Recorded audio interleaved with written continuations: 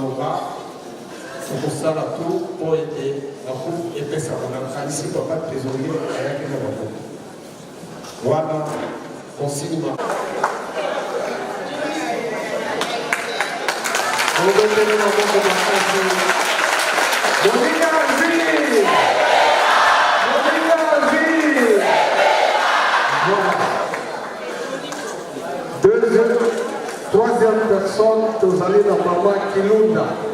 Il y a 770 €. Maman Ilona. Il y a 750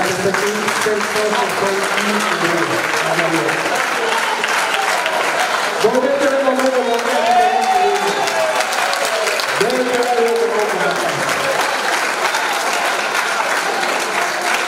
Kombo ya tata mwana pe tata molimo santo papa tontondio botondi ike tokubisama na yo oyo ozali nzambe biso tozali bato tozali mpe bana tolembi nde ya bomoi tika yango ezo esika kati na mitema na biso botangela biso kaka talo mabe te kasi botala ata moko malamu tokosalaka liboso na bino nzambe na ngai ntango ekoki ya koswana bana na yo nazali nani ndenge na kolobaka mokolo na mokolo nazali moto lokola bango na toni mpe na masumu me ntango bopona meyepai na ngai nzambe na ngai bino nde kolata ngai po ete betisa mabaku te kasi etonga na kombo ya tata mwana mpe tata molimo santo amen na kombo ya tata mwana mpe tata molimo santo paroisse pilote oye bana mapamboli oye bana misala oye ya solo batata na bamama lelo ezali mokolo monene ndenge batangeli biso mokanda ya nzambe mama pasteur asili kolesa biso toyoki histoire ya Daniel na bandeko na ye lelo mpe toyebi ete ezali mokolo oyo biso tozwaki indépendance ya kosambela lokola mangomba mosusu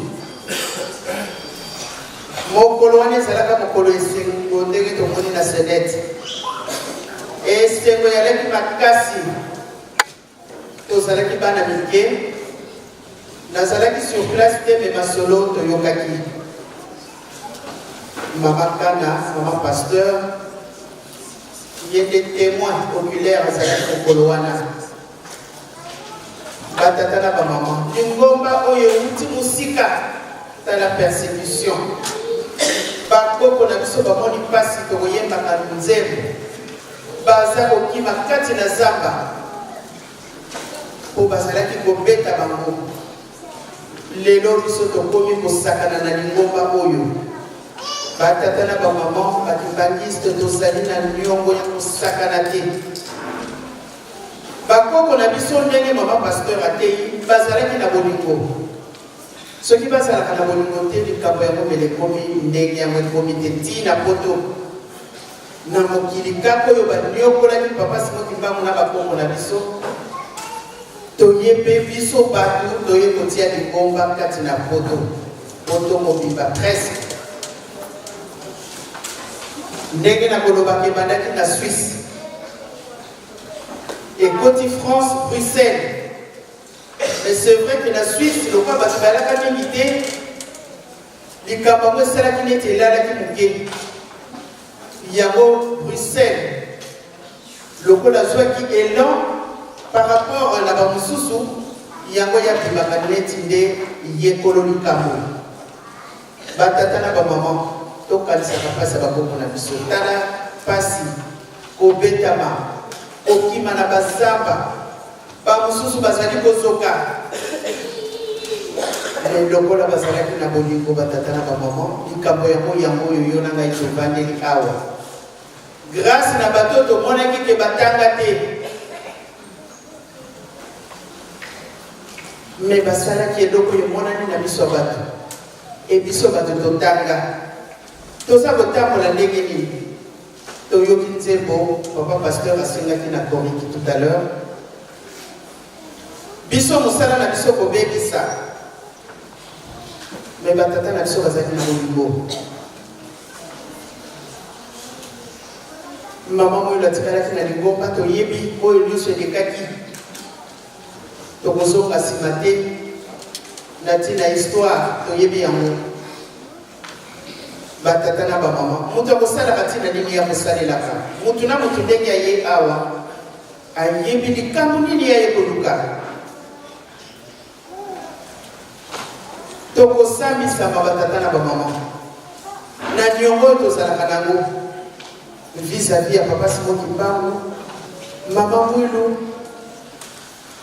batata na biso, bakoko na biso, na pasi bango bamonaki soki bazali kotala bazalaka na mawa.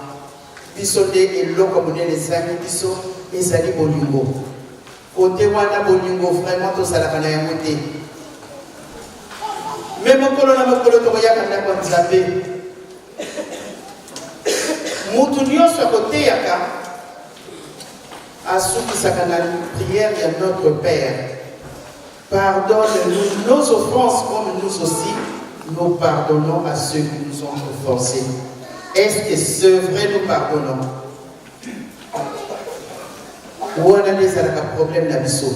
Mais Dieu nous pardonne chaque jour. Parce que tout ça là toujours mabé mokolo na maloba na biso. Na komona na biso. Na etamboli na biso. Mais ceux qui moninga sabi o mabe la. Toza parfait. Nul n'est parfait sur cette terre. Il y a un batata na maman paroisse pilote. Slogan des Anatina. Paroisse pilote de l'Europe. Qu'est-ce que nous avons de spécial? Mais il y a quelque chose. Pourquoi paroisse pilote? Mais madame, c'est la modèle. Maman. Bilan d'Abisso, est-ce que c'est positif ou négatif? Depuis le 1er janvier 2017, les Lotosali, le 24 décembre 2017. Batatana maman. Maman laisse les solidaux. Soban sotolali. Papa tetango bakote ya moko ta sala ba makelele. Biso nyonso toza kotale lokola professeur azala kati na classe. Biso nyonso devant le tableau et devant le professeur oyo azali kopesa biso cours na ye. Moto moko ta dérangeaka. Mais est-ce que maïba kote ya biso mokolo na mokolo? To mobomba kayango. Paroisse pilote ye. Ya solo. Kuna tolongwe papa te. Papa pasteur Patei biso. Maman pasteur Atei. Malobe uti na nkamba. Toyoki to toyoki te. Papa moliso ke koti na nzoka muka. Komiyeba? Okoyeba te na seconde wana. Meta bomoni makabuno. Ingaji nzamba pamboli. Batatana ba maman. Mutakosala kaibiti na nini ya kosalelaka. Nsinsane na biso ya mois de janvier, tosala plus que 40 000. Tokokokate. Ya solo? Ah. Eh, ni boso makangaki abiso moko tolingaki makanga eza boyete. Mais puisque ba montagne yango tozalaki kosala natina ya mabe na biso likambo yango ale biso moko tokotisaka Satana. Nzambe akokozwa Satana te alafu alobi kota na yo. C'est vrai mama mwilu ntango abetaki ngonga nani moto aliboso afandaki na kiti? Satana. Ah oui, ntango mama mwilu abeti ngonga Satana ye kovanda parce que ayebi ete aza na bana na ye eza boye to eza boye te. Tondimaka yango ke aza mpe na bana oyo ye atambusaka yango na ye ayaki kovanda aye avandi. Yango wana lelo toyoki message tosepeli totoni lesengo totambola ndenge kitoko tosala mosala ya bato ndenge bazali kotindelela biso tosalela yango tokoyembaka nzembo na biso tosala mosala ya Nzambe na nini na solo wana nde bapamboli kosopanela biso nayebi kutu te toza kokota na ere ya ndenge mosusu. Dimanche prochain tozali date nini? Le 31 décembre. En tout cas, batatana ba maman, tout le kesika. À moins que y ait moko akali à le mutuna mutua bonde le païna. Mais tu tiens ma bonde ni ma casse, tu sois sika. Tu tiens ma bonde ni ma casse, tu sois kimia. Pamba te soki tozana kimia te moyen ya kosala ezalité. Le tunio sofa donc kimia les sika no so ya zali. Paroisse pilote ye. Ya mwana batata na maman. Musala oyo. To kanisa kapasi ya batu. Oyo bakoko na biso bamona.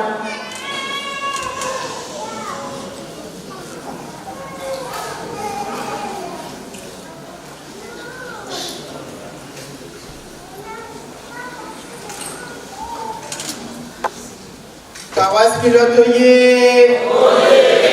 Bana mapamboli ye. Paroisse pilote yango mpe ndenge na nzela yango nayebi mpe eloko nalelelaka yango te.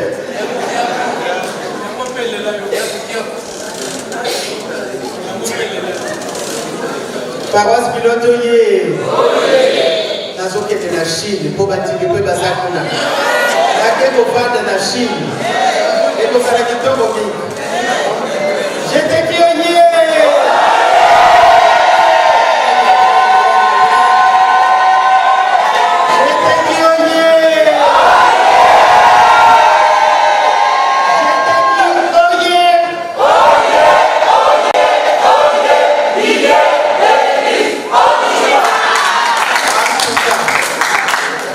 Soki na kanisi tango toza kokola. Je te dis. Vraiment je te dis ezalaki groupe moko ya ndenge mosusu. Batata tozalaka na bamukuna. Soki natali papa banimba dio. Bakomba bani kobunga bamutajiro banani lisusu. Papa Jacques atika biso Koyeba papa Jacques atika biso yeso wana te biso mpona nayebisa bino nga mpe nakina jediki soki botuni kaka mutakana leluya koyebisa bino tozalaki bana mike bakoya kozwa biso na ndako papa achargeaki bango bayaka kozwa biso tokende répétition na befale ntango wana biso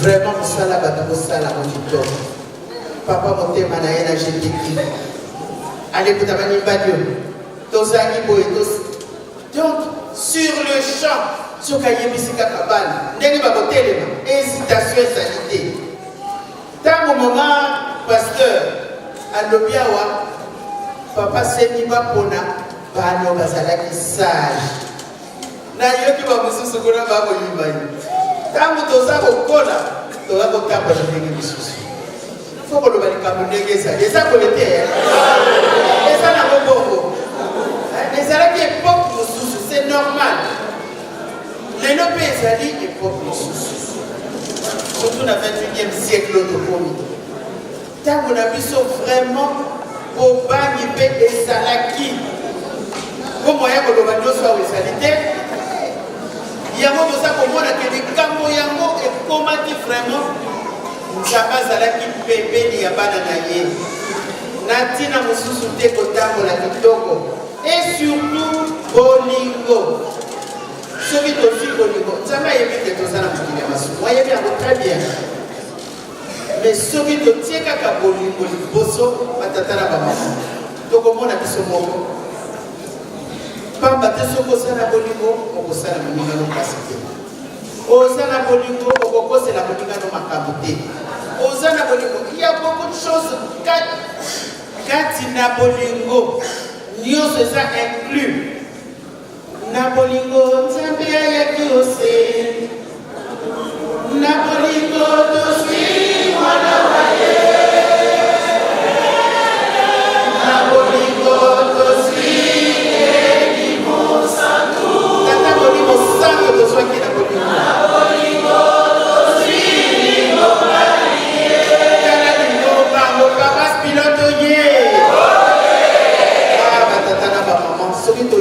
et l'eau tout ça peut détenir. Toyé ma valeur na yango, na yebi na gaite. Mais le tokomi musika, papa le bien. Pour route en Égypte, quand on a koma na mboka elaka, ezalaki nango à 150 km de l'Égypte jusqu'à la terre promise. 150 km, c'est rien. Pour route à Bruxelles, ils allaient à combien de kilomètres? 150 km. Et Kinshasa, c'est combien de kilomètres? 157. 155 km. Mais pas d'Israël, parce que nous colobons là. Pour aller au Zanga, aussi. Nous avons eu qui m'a dit Babima. Mais tant que Babini, aïe aïe aïe. Mais les coups de Batika qui nous sont là. Dans la base de Pharaon, Moïse, il prend la ligne de Sali Bissokoye. Il fallait que tu aies la Bissokuna. Mais Zokande Basala qui n'a pas si. Paroisse pilotoye. Moutou Azali Kakamoto Yasolo. 150 km. On a le but, papa, mais c'est bien ça. Maintenant, c'est vrai que tant qu'on a fait, c'est pas facile. Mais Nzambe atiaki atelomisaki kingo. Yango tomoni. Batomoni bakotaki. Ah. Biso pe tokota ka mibale tomona bilaka ya. Nalingi mokolo na biso nyonso tozala. Ekozala esengo mingi. Même ballon Nzambe alobi. 5e génération ezali biso nde tokosukisa mokili oyo kaka biso. Mais mutu na mutu ayeba na première génération azalaki nani et lelo azali nani aza kojouer rôle nini bomoni likambo yango yango wana batata na bamama natoni na esengo dimanche na ntango mpe pusanaki. Mais les autres qui peuvent conduire le thé. Nous avons beaucoup de thé d'ailleurs. Bisous PCB, nous avons beaucoup de thé. Pour moi, il est 16h. Paroisse pilotonnier. Ton moni papa a sépélé. Vraiment, on a félicité. N'est-ce pas Bolobaki. Maman, il y a beaucoup pour moi. Malgré la ligne qui plafond, il y a 50 000. Mais ce n'est qu'une partie remise. Et ça vous aider, hein? Donc au sein de 50 000 et plus le mois prochain, si possible. Et pour ça, les bateaux, pour ça, les bateaux. Dirigeant, Papa Munga, pour ça, les bateaux, pour ça, les bateaux.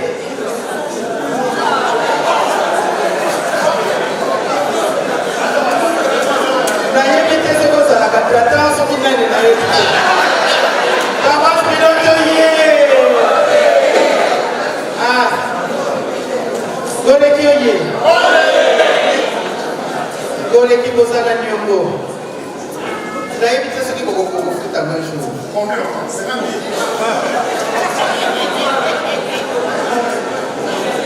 Gorekioye. Banale Vioye. Aïe aïe aïe. Ozana Nyongo. Nyongo yako sakanate. Mais tout dans notre ce qui convient. Est-ce que Nyongo peut savoir pas il est là? Oui. Yangaïke et Talibinoa. Korekioye. Tokolonga to tokolonga te. Mama oye. Mama oye. Et donc les salités. Africa fluki wo. Africa la cabo peta fluki peta. Fluki a une coupe de l'eau. Pour te rendre compte na fluki.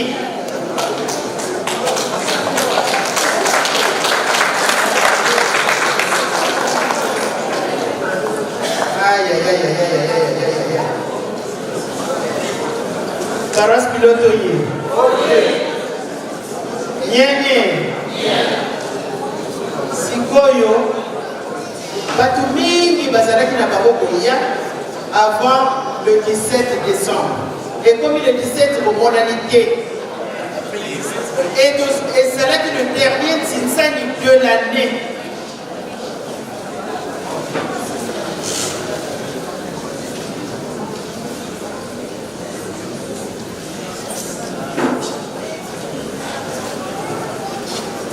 Paroisse pilote yé. Batata la maman. Oyo to yebi ete dimanche passé, baya quitté, kaye zali wana. Biso to komisaki ba Congo. To komisaki ba Congo. Oyo yebi komisaki Congo te, kaye zali wana. Il n'est pas trop tard. Donc on communique yango. Et ça peut aider, hein? Bon, on a la caméra, on a dit que ce soit pour ngai. Mais là, on dit que nous devons pas gagner sur pour. Il faut que tu ailles au salaire. Gagner quoi sur pour?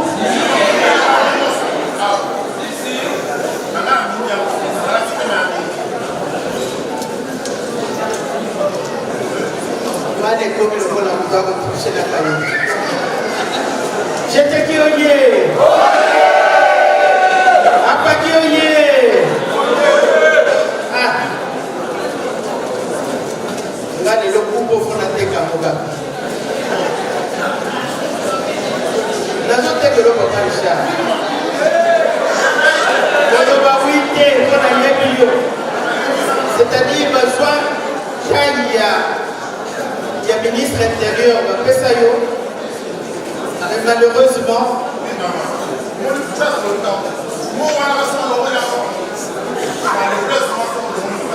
on a demandé malheureusement.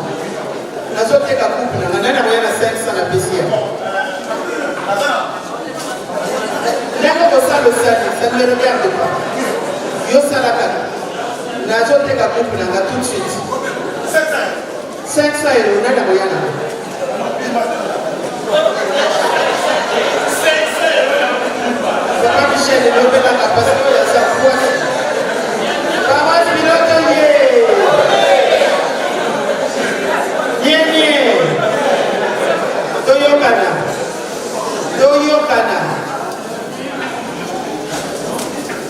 Bota la coupe en haut. La zone de Kayama. Bonne année. Donc, on s'en a été. Tosalaki musala awa. Ata sengi ndenge moko papa pasteur. Sengi wana se centime. Et l'on va quitter. Si vous avez un luka sali, tu vas foutre à mon ami. Nambo, misala na biso esi na raté. Ti mokolo to koyeba belele litelama. Ekotelema wapi? Comment ma papa, dirigeant au lieu. Même vécu dans cette pénation au lieu d'Akanzaka. Sokofani na dirigeant a évité pour ça et ma question. Dirigeant au lieu. Ah là là, maman j'en ai dit de l'eau baillée. Batomir Bazali. Ah, papa mon cas comme il peut ma place, c'est le salaire.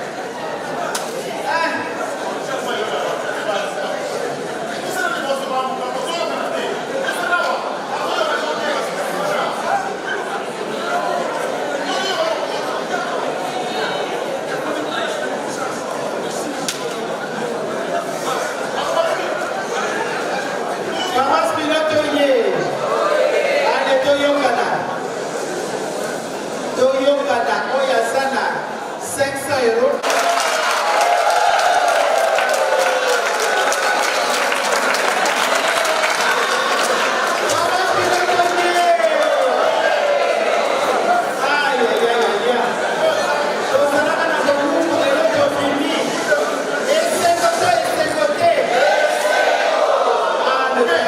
Décembre,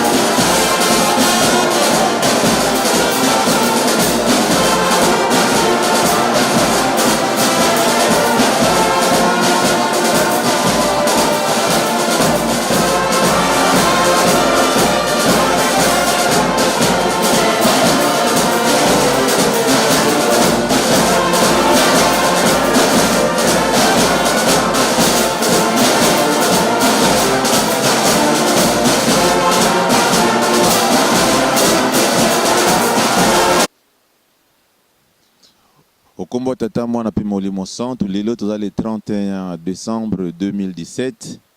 Donc tozali à Wanabritini sur Orge, contrairement à Nesika Tosambela Kana Fléry Mérogis. C'est juste pour clôturer l'année. Donc yango toya pour tout misa Tata Nzambe, nkoloye sous Papa Simon Kimba Mutiangani. Donc bandi mignon surtout ya paroisse ya Saint-Ouen na ba invité nyon surtout to se retrouver lelo. Et si kaoyo donc to tombeli mobo malamu na bandi mignon so c'était bien tout si on a passé au éligi à 2017 et tout ça éligi était en 2018 Tata Nzambe koloye so Papa Simon Kimba Mutiangani akobong c'est la biso bisengo na liboso pambate to ali na mobu ya centenaire au to ali kokota. Donc tout ça éligi était ndenge Tata Nzambe akolobaka na biso était il y a l'obéza ya biso, il y a l'obéza ya biso, donc mikolonyo surtout pesa ya biso, donc et singwezali na motema pamba Tata Nzambe abateli biso dans le kumu mupenke motile kende pa ina yetu sisi na komo Tata Mwana Pimolimo Centre epai na yo bana oyo yo opesaki bango lokola likabo po ete baya kolakisa bango epai na yo bapambolama balanda nzela oyo bomema bango na lobiko. Papa tosengi yo moko kita osala mosala oyo biso tozali bato tomikoki te kasi yo kosalaka kaka na bato yango tobengi yo bakopambola biso ompo ete ntango yo okosala ete biso osala mosala oyo esalema epai na yo moko kasi na biso te. Iyaka Tata opambola bana oyo na ndenge mawa mpe bolingo na yo ezali na kombo ya Tata Mwana mpe Tata Molimo Centre. Amen.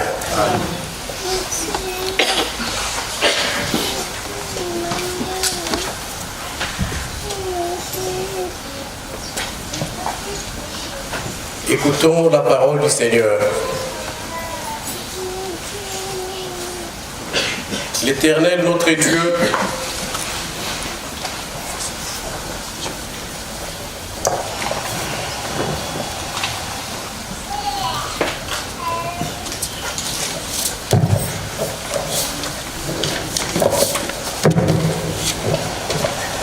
écoutons la parole du Seigneur.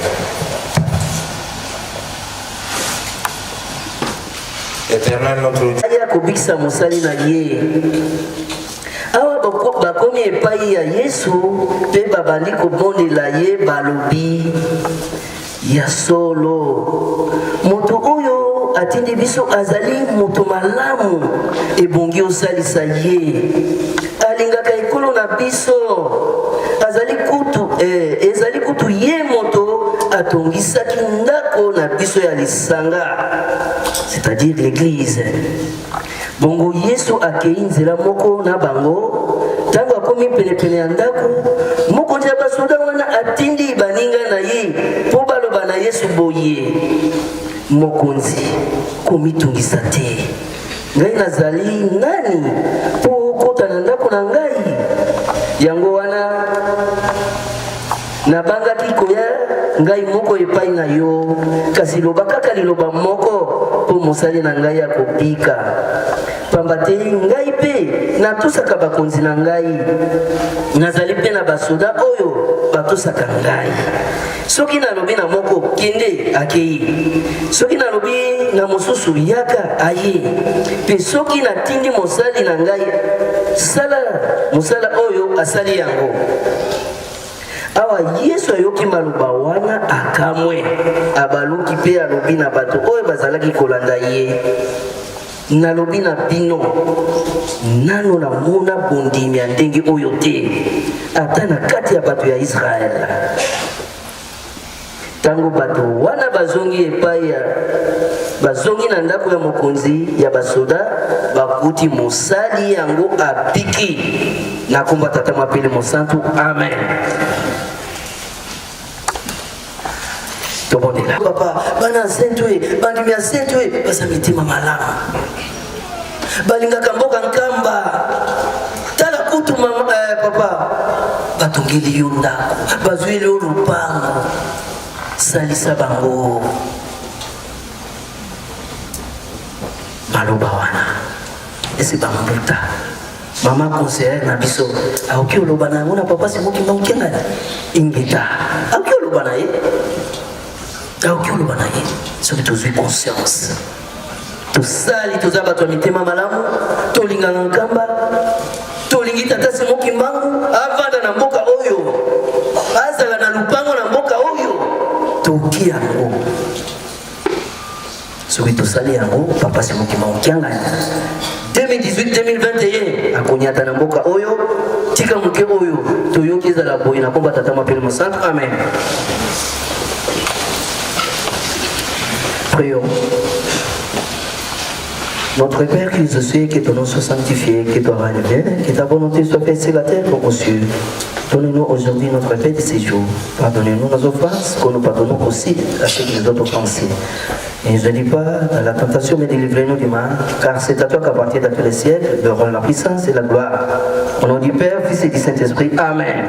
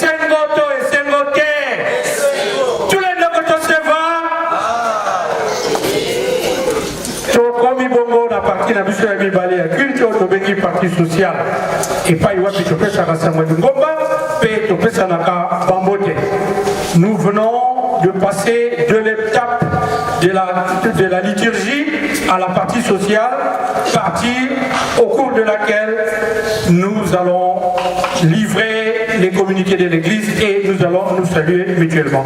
Mais avant de compter proprement la partie sociale, tu as dit la partie moko évangélique, tu peux passer, il y a le révérend pasteur évangélique. Et papa évangéliste, allez kabongo liboso pour na kozwa programme wana.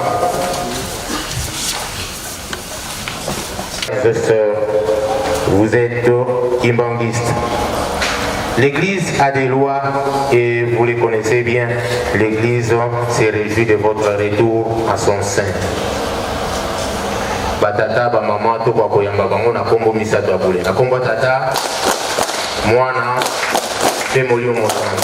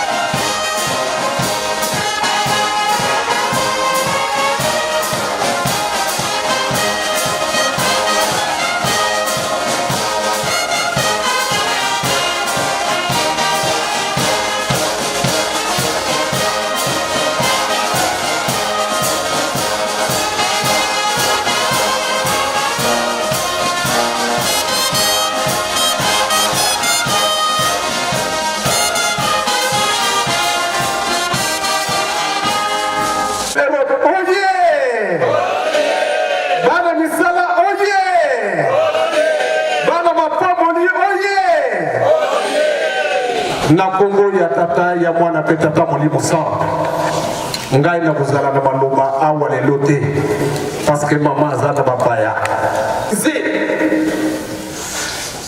tozala mayele totika kotonga totika bokabwani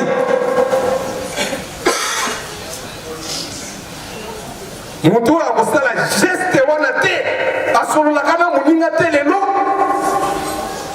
mpasi ezokozela yo na 2018 po papa simon kimbango aza nzambe papa jangiende azali bolingo kotia bolingo hipokrisi te yango wana nde tokosalela faki bobongama topesa mama mbote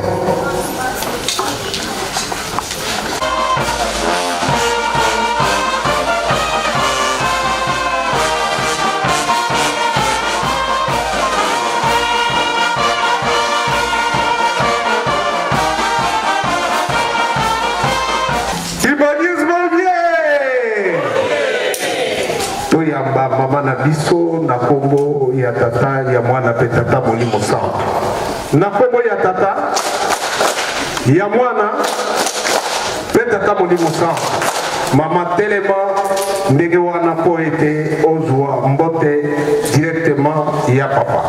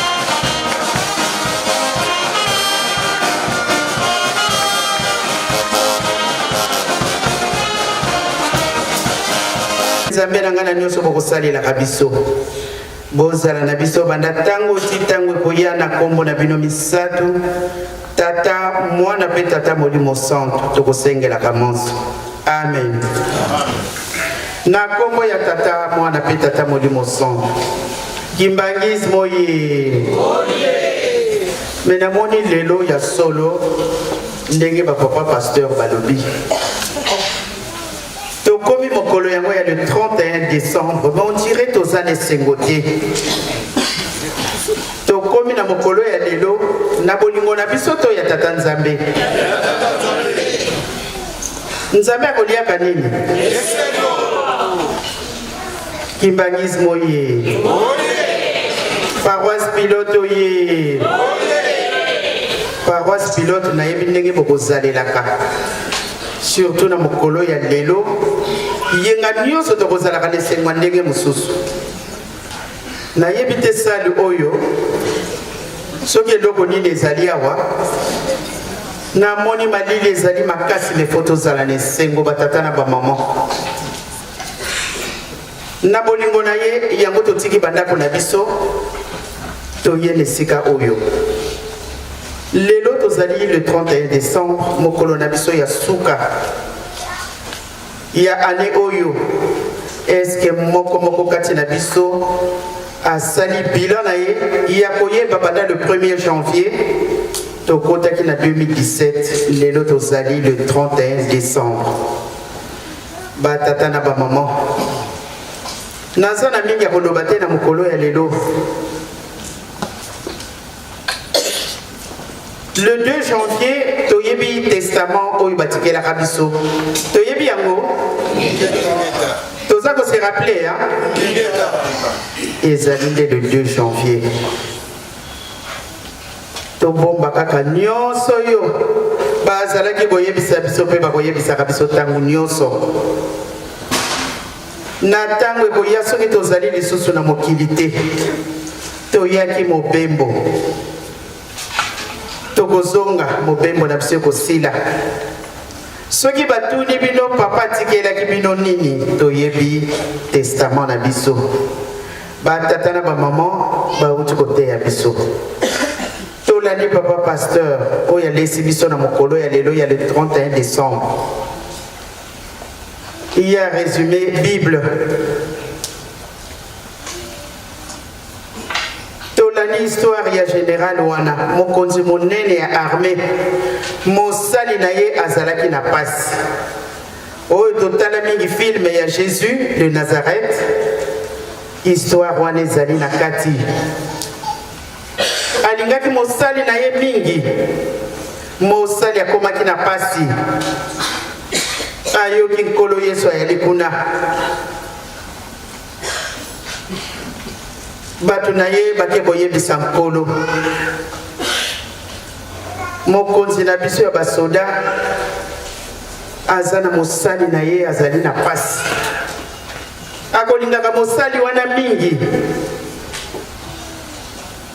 nkolo alobi akende bakutana na mokonzi yango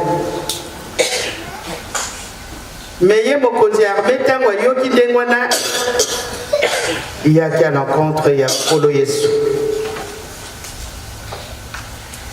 alobi nkolo mosali na ngai serviteur na ngai azali na pasi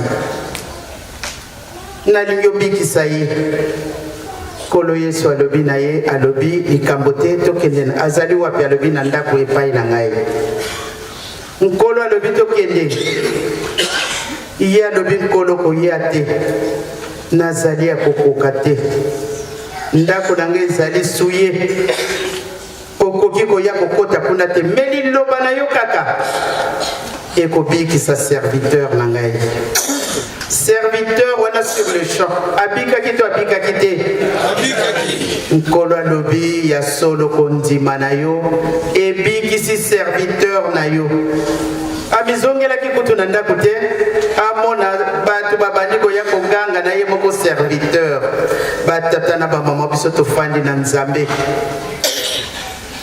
tozangi mabunga te mpo tozali bato kasi yo kimbangiste oyebesika vérité yali yo kimbangiste ozali na code ya tata na yo mpona o accéder sika ya zali yango bateye biso batata na bamama totika mabe na biso nyonso na 2017 tovandi groupe moko tolobanaka te toza na paroisse moko tolobanaka te likambo ya salanga nakoki jamais kolimbisa o bandeko na ngai nani ayebi pai tozali kokende batata na bamama surprise ezali monene tondimaka yango te me mokolo yango likambo kokomela biso ya solo nde mokolo wana tokoloba soki toyebaki toyebi na biso ngonga te toyebi mokolo te me makambo mingi elobama batata na ngai na bamama na ngai tozali komona yango guerre ya 14-18 guerre wana esalaki ravage ya ndenge mosusu na Europe ekotaki ntina Afrique bato bakufaka ebele Union européenne mpe ye bazali kofete centenaire na ye batata na bamama biso ndenge tofandi awa la plupart basi basali baprojet na bango pendant le 22 mars bamosusu kutu baza déjà en possession ya babillet na bango basombi déjà babillet wana c'est le matériel. Est-ce que spirituellement tomibongisi pamba te toyebi te nini yango kokomela biso papa Mfumandongo yazaki kopone la paix parce que mutu mwindu esika nyonso yazali akozalaka kaka na pasi papa Simoki Mbangu aye pa ya yo na ngai po mutu mwindu azala na kimia to perdaki première place na biso tozalaki tozongi na sima mondelaki liboso me nzambe alingi korécupere place na ye pamba te soki alataki loposo mwindu ezalaki na ntina papa Mfumandongo alobi mon père n'était pas congolais mais il devait naître quelque part et il avait choisi le Congo.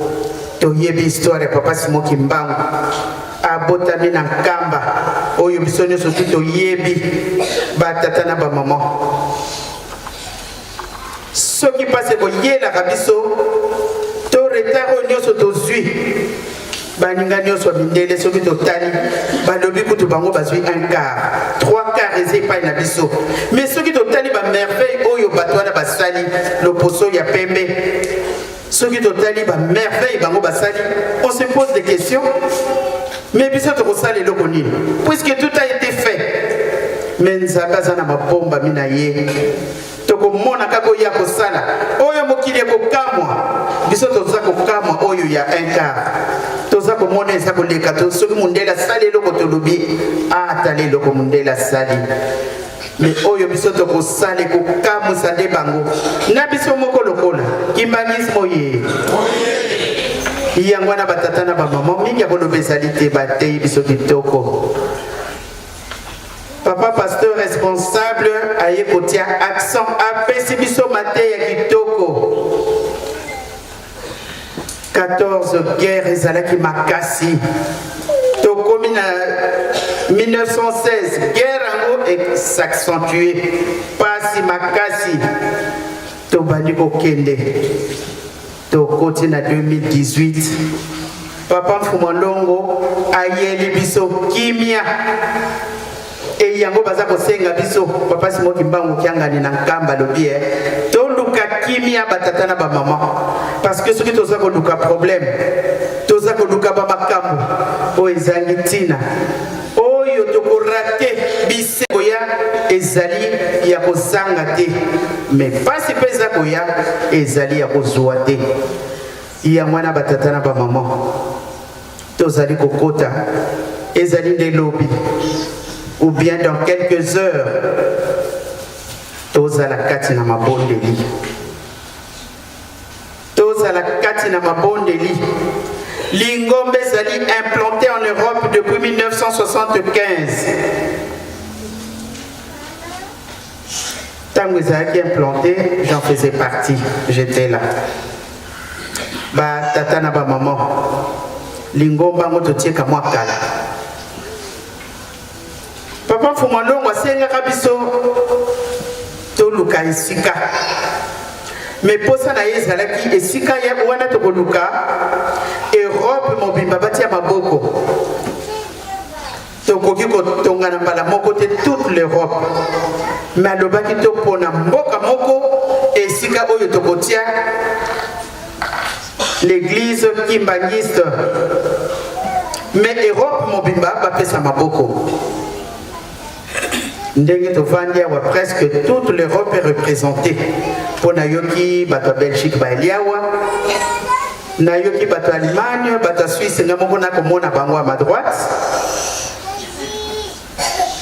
Europe Mobimba, Totonga, Ndakuya Nzambe. Pas to somba une salle. Oyonde to sombi, to komi ano. Mais Totonga ngona forme Ndakwa Nzambe na biso. Lokola ya matete, kuna na boko, ainsi de suite. Kimbangis moye. Kimbangis moye. Batata na ba maman. Lingomba oyo ezali lingomba ya molimo. Nzamba ko sala kalikambo te soki alaki te. Un homme averti en vaut deux. Nzambe likambo zako ya alaki biso. Po alingi biso mingi. Ndeko moko soki abimia wakutani na batoto benga kabambila awa na rond-point. Soki azana bolingo akobenga bandeko. Na contact na ye abandi kobenga. Soko zako kokate koleka wate pamba te awe yindi. Moninga mebongisi Nzambe alingi biso avertir biso poete posa na bango biso nyonso tozala na mboka elaka ndenge tokoyembaka bendele litelama mu nkombo ya Yesu Kristo nzaya yo si yakutakana bakokutakana wapi tondimaka yango makambo mingi na badute bato mosuku tomoye barépondre eza te puiske baza na bango sur ya makambo baza koloba te paroisse pilote oye ngai salo namoni mbala nsima toya te dirigeant oye madili mpe lelo eza makasi te Nzambe abongiseli biso ta yango kitoko apesi biso asali biso grâce pour être mokolo mwalelo toya ko remercier ye et ça tombe un dimanche oyo eza jour de sabbat oyo Nzambe alobi topesa yango epai na ye yango wana batata na ngai na bamama na ngai totambola kaka na solo ndenge tokoyembaka nzembo na biso soki mosala Nzambe oza kosala yango na solo te mawa mingi lifuti ekozala te même du 1er janvier au 31 décembre ozangaka te soki ozangi loba pasi nga mpona navandaka na ndako kenda kokende te mpo na lembi ezalaka na ngaka mwa pasi nayaka me nayelaka nini intere nini nayelaka na ndako ya Nzambe ibango kaka bato bayebi yango wana batata na bamama centenaire oye tomibongisa spirituellement pamba te baza komemela biso kimia me kimia yo moko fonduka yango soko olukaka na yo kimia te ata na kati ya ndako na yo na mobali awuti ka mosala yo nabengaki yo kala wana oza to répondre te okosani me moto akoti oyebi te akutani na makambo nini na nzela biso moko kaka tolukaka makambo yango wana Nzambe alingi biso mingi lelo foto kumisa ye pamba te eza mokolo na ye eza boye te tozala makasi na mabondeli tolimbisana oyo bakolinga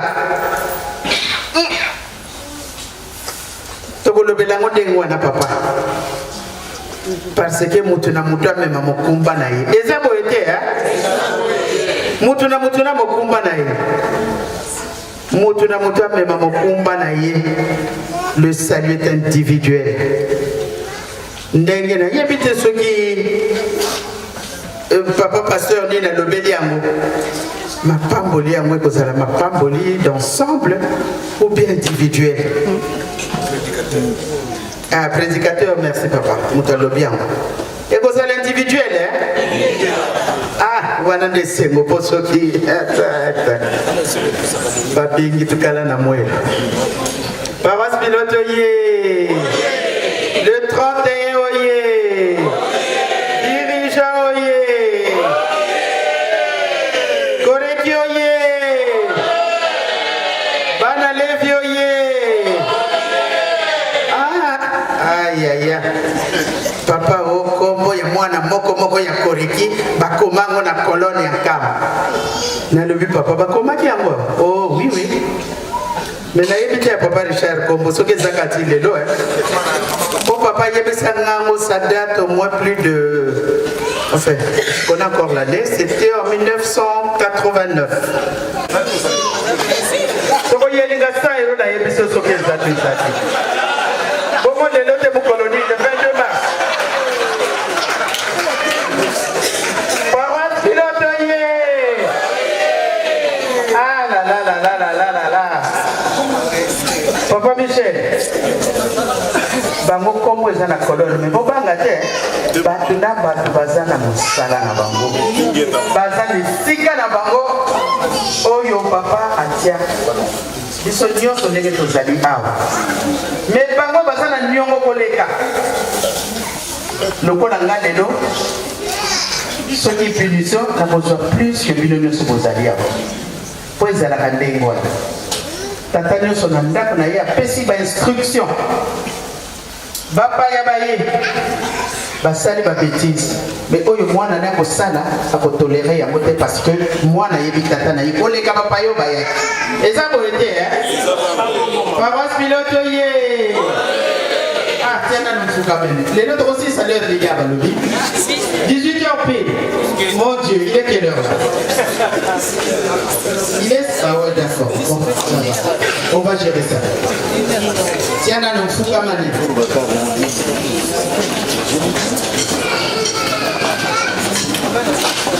Kama unapopenda kuyeka mbala moko.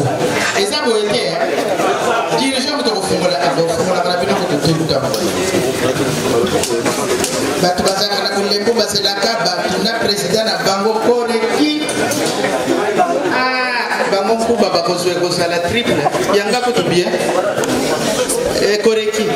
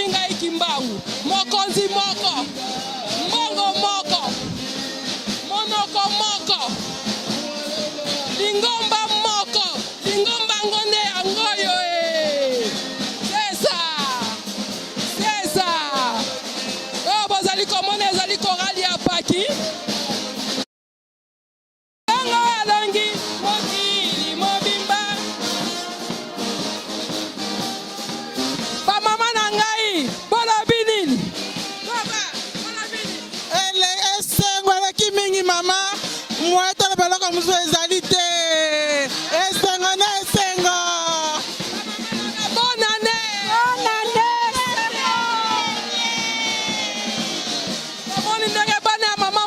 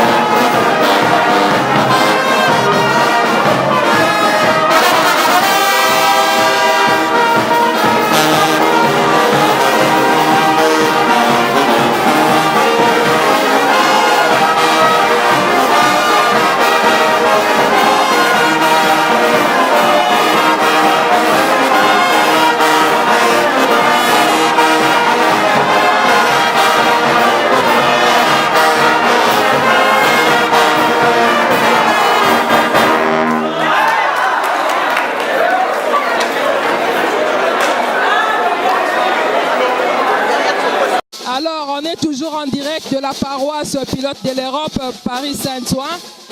Alors, à mes côtés, il y a le membre de la presqu'île Saint-Ouen. À ma droite, il y a Papa Godi Diankongo, que vous connaissez bien, Papa Godi.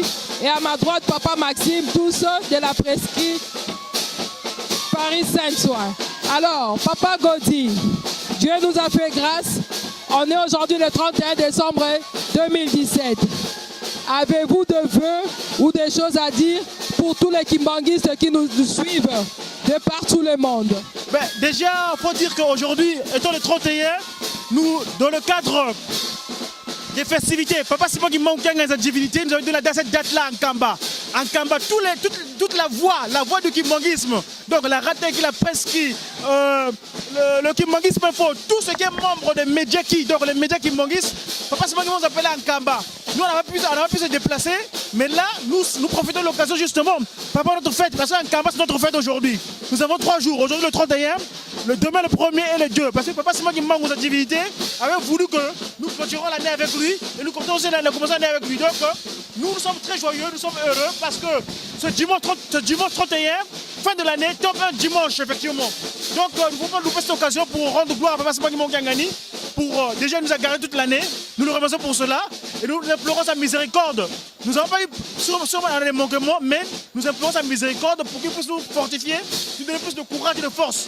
Et c'est que nous commençons demain, dans quelques heures, nous allons compter l'an 2018.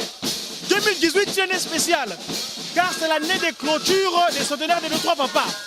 On a eu 2014, on a eu 2016, là on a 2018. Papa Simon qui manque au Kiangani, Papa Dangena Koutima, né le 22 mars 1918, celui-là même qui avait clôturé la Seconde Guerre mondiale.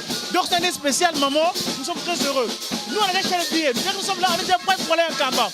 Mais dès que cette maman Mouille, on va commencer à dire aujourd'hui, dans sa prédication, dans son exhortation, nous devons nous préparer spirituellement. Papa dit que Dangena Koutima, quand 1918, il avait clôturé la Seconde Guerre mondiale. Nous avons eu la paix. Nous souhaitons effectivement, en 2018 également, la paix qui nous manque dans nos âmes, dans nos esprits, dans la manière d'être, il faut nous le donner afin que nous soyons glorifiés. Quand on travaille comme ce toi, maman, à travers Bolingo, il fait comme ça la thématique. Merci beaucoup, maman. Alors, toujours, j'allais te poser la question, Papa Godi Diankongo. Tout à l'heure, tu nous as donné un bref aperçu sur l'année 2018. Mais comment faites-vous la lecture de cette année 2018 sur tout le plan? Parce que l'année 2017 a été une année un peu difficile. Partout dans le monde, il y a eu beaucoup d'événements qui se sont succédés. Des catastrophes. Voilà. Et surtout pour nous, les Noirs, on a vu la vente des Noirs en Libye. On a vu beaucoup de perturbations, on peut dire que c'était une année de pleurs au niveau de l'Afrique. Alors, l'homme africain essaye de s'en sortir de cette misère qui l'accable depuis des années.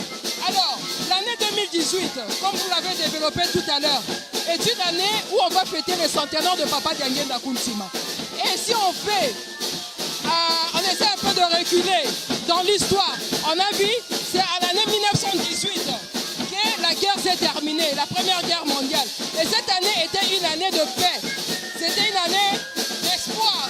C'était l'année qui a marqué le début même du développement de l'Europe, avec le développement industriel, tout ce qui va avec. Et pour nous, les Noirs, aujourd'hui, cette année, qu'est-ce qu'on va entendre de cette année? Parce que la première fois, c'était pour les Blancs. Ils en ont profité de la paix pour émerger leur continent. Et nous, maintenant, les Africains, 2018, que pourrons-nous attendre de cette année? Maman, merci, maman Fifi. Comme tu as su bien le dire, 2017, effectivement, il y a eu beaucoup de péripéties négatives pour l'homme noir. Effectivement, on a vu ce qui s'est passé en Libye. Mais, effectivement, celui-là dont on va célébrer le centenaire l'année prochaine, donc dans quelques heures là, c'est lui qui avait tout annoncé. Il avait tout dit. Entre 1959, date de laquelle il a commencé au ministère, jusqu'à 92, maman n'a pas le 2 janvier. Elle avait tout dit, il avait tout annoncé. L'homme noir, toi qui es le père de toutes les races au monde entier, tant que tu ne reconnais pas Nkamba, on n'aura pas la paix. Tous, nous devons nous tourner vers Nkamba, la nouvelle Jérusalem, là où il habite Passement Gimagu Kiangani. Parce que le développement spirituel est la base. Nous devons avoir ce qu'on appelle cette indépendance spirituelle. Et cette indépendance spirituelle vient d'un caveau de Jérusalem. Donc nous les Noirs, nous les pères des races au monde, nous avons les personnes de l'humanité. Nous devons tourner vers un Kamba. Nos dirigeants politiques, c'est pas comme on l'avait dit, quand il viendra avec trois pouvoirs, le pouvoir spirituel, scientifique et politique. Donc effectivement c'est lui qui tient tout cela. Donc ça sert à rien, nous courons, nous voulons venir en Europe pour immigrer, chercher le bien-être physique. Mais les nos hommes politiques, nos dirigeants doivent se rendre compte. C'est pas dans les loges, c'est pas dans la franc-maçonnerie, mais effectivement un Kamba où tu vas voir ce que nous avons besoin spirituellement pour développer le continent africain. Afin que cela, nous souhaitons, Papa Dianguène dans l'implorer, pour que, et comme il a fait en 1918, en apportant la bénédiction à l'Occident, en finissant la Première Guerre mondiale, et nous en 2018, nous souhaitons, par ce soutenir, que nous apportons ce dont nous avons besoin. Merci beaucoup, maman. Alors, une dernière question pour passer à Papa Maxime. Papa Dianguène Ndakuntima, l'homme du centenaire 2018, qu'est-ce qu'il représente pour cette église kimbanguiste qui est aujourd'hui une église universelle? Qu'est-ce qu'il représente pour l'église kimbanguiste et qu'est-ce qu'il représente pour l'homme noir et par ses enseignements surtout? Merci de préciser, c'est pas seulement l'église kimbanguiste, parce que moi j'appelle ça cette institution, moi j'appelle c'est Papa Simon apporter une civilisation. Nous les guitaristes, on dit souvent venez voir sa divinité. C'est le kimbanguisme, cette nouvelle civilisation que Papa Dianguène nous a apportée. Papa Dianguène, c'est lui la seconde personne de Papa Simon Kimbangu. C'est l'incarnation de Papa Simon Kimbangu et c'est lui qui est venu bâtir cette institution spirituelle qui a mis toutes les bases pour que l'humanité soit ce dont elle voulait. Parce que le kimbanguisme a pour objet restaurer l'humanité sur le premier. Donc, Papa Dianguène Ndakuntima, moi je l'appelle souvent le siège de toutes les pensées. Quand Papa Dianguène, Dianguène Ndakuntima, ça met un droit au cœur. Qui sont localisés, c'est révélé, Dialogue s'est accompli et ça met un droit au cœur. Donc, c'est lui-même, celui Papa Simon Kimbangu qui était revenu. Donc, entre 1959 à 92, date à laquelle nous avons le remise avec Papa le Christ Jésus qui ne sont pas de Lungana, il a tout légué, il a tout enseigné. Papa Simon Kimbangu, sa réincarnation justement, il fait que nous rappeler. Donc, nous devons nous tourner vers lui pour que nous ayons ce développement intégré dans ce dont on a besoin. Voilà beaucoup. Voilà maman. Alors là, je tourne vers Papa Maxime, membre de la presqu'île Saint-Ouen. Papa Maxime, nous voyons qu'aujourd'hui, c'est le dernier jour de l'année. Et cette année nous sert de pivot pour entrer dans l'année 2010. Pardon, ces jours de 31 décembre nous sert de pivot pour entrer dans l'année 2018, qui est l'année du centenaire de Papa Dianguène Ndakuntima. Quel enseignement que vous avez gardé de ces grands messieurs, de ces grands hommes, Papa Dianguène Ndakuntima? Bon, en fait, moi je dirais quand même en Lingala, parce que tout à l'heure, mon confrère l'a parlé en français, et moi j'aimerais quand même s'exprimer en Lingala pour que vous me comprenez aussi très bien, parce que toute personne ne parle pas la langue française. Donc s'il y a d'autres personnes qui veulent parler aussi le Kikongo, le Swahili, ils sont vraiment de bienvenus. Bon, pour moi, Papa Dianguène d'abord, Zali, de pasteur a formé son école à Mounene. Bosuki année oyo malgré la calendrier so kimbangisa année na biso e banaka le 6 avril donc to bosa na kangote mais oyo neto lo baka to petala batemu ya solo batata ba mama wana nazalaki accompagné na bandeko na ngai ya presse Papa Godina Papa Maxime mingi ya koloba ezali te esengo makasi na mokolo na lelo na ndenge tata Nzambe abate biso akomi biso na mokolo na lelo. Ya solo na biso bakimbangisi toyebi ete ebandela mbula na biso ezalaka le 6 avril wana nde ezalaka 1er janvier na biso kasi na ndenge nano ya mokili ezali lelo le 31 toyali kosukisa na bino mbula oyo tika ete tata Nzambe apambola biso abalola elongi na ye liboso na mboka Afrika pe moto moyindo epai biso bazali na mokili mobimba po ete 2018 ya solo ezala ne ya kimia ndenge mfumu alongo ye moko pazali mokonzi na kimia o mabota na biso banso lelo libela na libela tosukisi bongo.